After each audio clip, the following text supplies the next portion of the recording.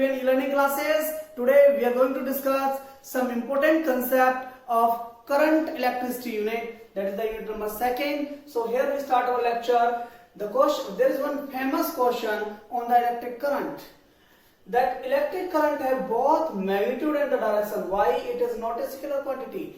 Till now we have studied that a quantity which have the direction as well as the magnitude is called the vector quantity. But अभी जब हमने इससे पहले current के बारे में पढ़ा तो उसका मैग्नीट्यूड होता है I equal to q by T,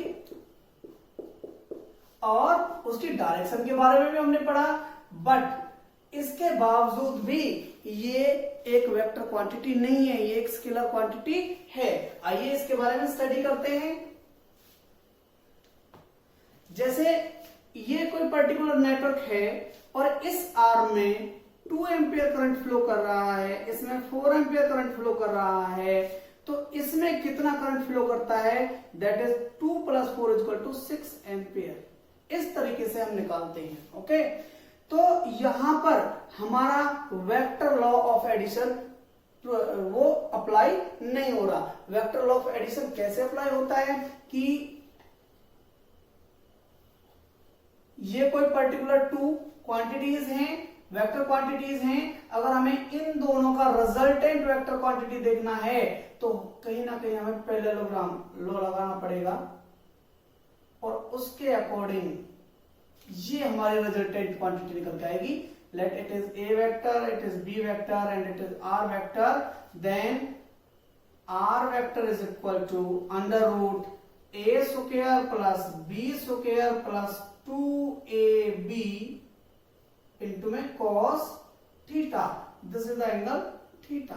okay, तो यहां पर अगर थीटा की वैल्यू बदलती है तो रिजल्टेंट की वैल्यू हमारी डिफरेंशिएट हो जाती है, बदल जाती है, चेंज हो जाती है. बट यहां पर चाहे हमारा एंगल 90 डिग्री हो या 60 डिग्री हो, कुछ भी हो, यहां पर हमेशा हमारी जो वैल्यू है 2 एम्पियर एंड 4 एम्पियर मिलने के बाद 6 एम्पियर ही बनती है. एक तरीके से यहां पर जो एडिशन हो रहा है वो वेक्टर एडिशन नहीं हो रहा. वो कौन सा एडिशन हो रहा है? Scalar addition. तो क्योंकि हमारा करंट फॉलो करता है स्केलर एडिशन के लॉज को, स्केलर लॉज को, तो इसलिए ये एक स्केलर क्वांटिटी है and it doesn't follow the vector laws of addition. And vector laws basically vectors के लॉ को ये फॉलो नहीं करता. ओके, तो ये हमारा हुआ ये पर्टिकुलर क्वेश्चन. इसके बाद मैं डिस्कस करना चाहूंगा टाइप्स ऑफ इलेक्ट्रिक करंट. तो टाइप्स ऑफ इलेक्ट्रिक करंट में बेसिकली करंट 2 टाइप्स का होता है. The first one is steady current. और जैसा कि मीनिंग होता है स्टेडी वर्ड का, स्टेडी मीन्स कांस्टेंट. ओके, तो इसमें जो करंट की क्वांटिटी है that is constant through out the time. Late it is time t and this is the current, then it will remain constant. The current is constant with time. Okay, तो इस तरीके से ये steady current होता है. इसको अगर मैं डिफाइन करना चाहूं, these are the currents which have same magnitude throughout the time. Okay, तो वो स्टेडी करंट हमारे कहलाते हैं. The next one is varying current. और जैसा कि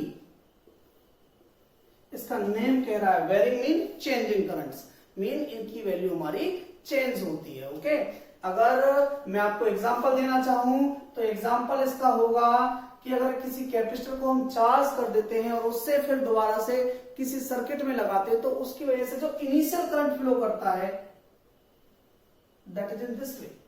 तो बेसिकली जो करंट की वैल्यू है वो इंक्रीज हो रही है, बढ़ रही है, चेंज हो रही है सारे टाइम. तो ये एक तरीके से वेरिंग करंट हो गया. दिस इज I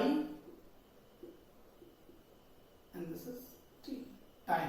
ओके, तो इस तरीके से ये चेंज होती है वैल्यू. और अगर मैं स्टेडी करंट का एग्जांपल देना चाहूं तो the current flowing through the due to the battery, battery की वजह से जो करंट फ्लो करता है, या डीसी डायरेक्ट करंट जो होता है हमारा, वो बिल्कुल सेम बना रहता है. ओके, तो इसका ही एक स्मॉल पार्ट है, वेरिंग करंट का ही एक पार्ट है दैट इज अल्टरनेटिंग करंट. बहुत सारे बच्चों ने इसके बारे में पहले पढ़ा होगा और सुना होगा। इसी को हम एसी कहते हैं। अल्टरनेटिंग का मीनिंग होता है चेंजिंग, जिसकी वैल्यू अल्टर हो, चेंज हो। ओके, तो ये एक स्पेशल टाइप का करंट होता है।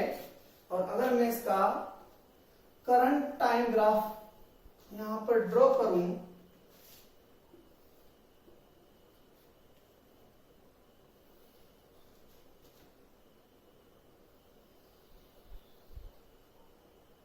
this is the current axis, this is the time axis, and this is the graph of alternating current.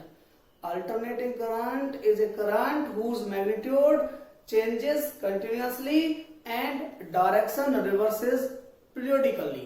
एक पीरियड के बाद उसकी डायरेक्शन रिवर्स हो। जैसे कि अभी यहाँ पर ये पॉजिटिवली देखो, इसका मैग्नीट्यूड सारे टाइम चेंज हो रहा है। स्टार्टिंग में वो 0 था, बढ़ते बढ़ते मैक्सिमम वैल्यू तक पहुंचा, फिर डिक्रीज होना स्टार्ट हो गया, फिर नेगेटिव में डिक्रीज हुआ और मिनिमम वैल्यू तक पहुंचा, फिर उसके बाद दोबारा से 0 पे पहुंच गया। ओके, तो इस तरीके से उसका मैग्नीट्यूड सारे टाइम चेंज हो रहा है। और जो इसकी जो डायरेक्शन है that is going to be reverse periodically after some period of time, it reverses its direction. अभी ये यहाँ पे पॉजिटिव में बढ़ रहा था, फिर ये नेगेटिव में बढ़ा, फिर आगे इस ग्राफ को अगर हम ड्रॉ करें तो दोबारा से पॉजिटिव में बढ़ेगा, फिर दोबारा से नेगेटिव में चलेगा। इस तरीके से ये फ्लो करता है। तो सारे टाइम ये चेंज होता रहता है। ओके, तो these are the type of current. With next topic we are going to meet in the next video. Thank you.